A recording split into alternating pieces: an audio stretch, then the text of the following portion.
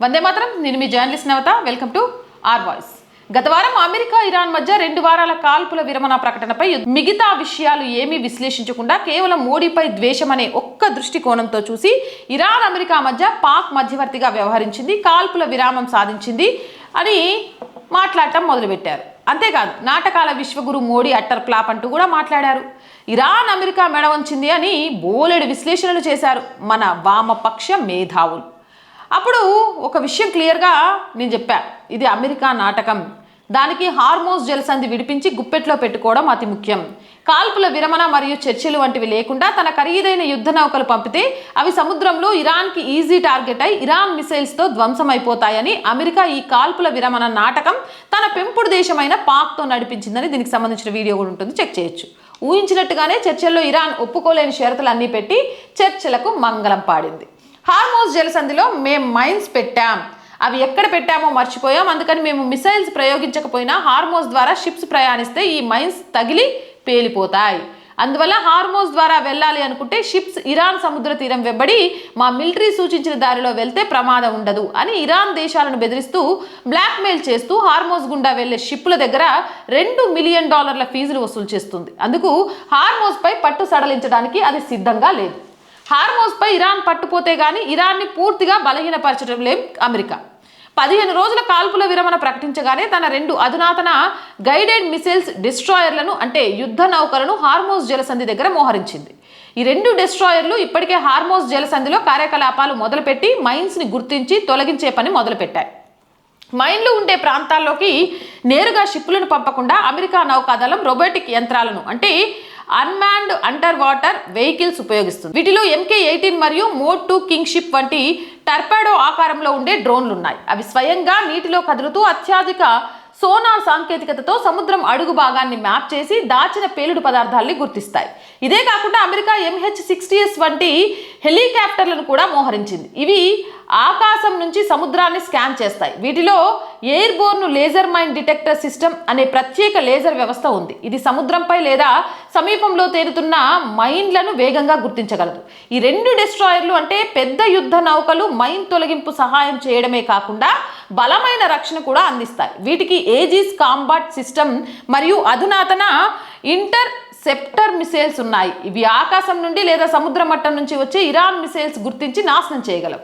Helicopter లేదా drone ద్వారా ఒక మైన్ గుర్తించబడిన తర్వాత దాన్ని నాశనం చేయడానికి మరో రిమోట్ కంట్రోల్ సిస్టమ్ ఉపయోగించబడింది. అది ఎయిర్బోర్న్ మైన్ న్యూట్రలైజేషన్ సిస్టమ్. ఈ వ్యవస్థ ఒక చిన్న రోబోటిక్ పరికరాన్ని పంపి అది మైన్ వద్దకు వెళ్లి దాన్ని పక్కనే పేల్చేస్తుంది. ఈ యుద్ధం కారణంగా ఇరాన్ హార్మోజ్పై పట్టు బిగించడంతో కొన్ని వారాలుగా సుమారు 800 షిప్పులు సముద్ర జలాల్లో నిలిచిపోయాయి.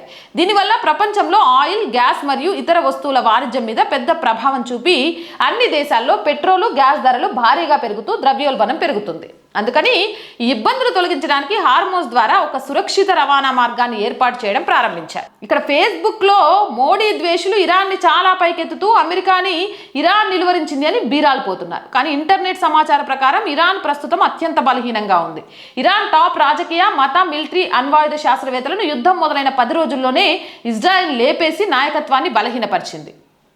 ఇప్పుడు ఇరాన్లో ఉన్న పెద్ద నేతలు స్పీకర్ మరియు ఫారెన్ అఫైర్ మినిస్టర్ మాత్రమే. వీళ్ళని కూడా లేపేస్తే ఇరాన్తో చర్చలు చేసే నాయకత్వం కానీ యుద్ధం తర్వాత ఇరాన్ని నడిపే నాయకత్వం కానీ లేకుండా పోయి అరాచకం ఏర్పడి అమెరికాకు తలనొప్పులు వస్తాయని, వీళ్ళని ఇజ్రాయెల్ చంపకుండా ఇజ్రాయెల్ని ఆపింది అమెరికాయే అని కథనాలు.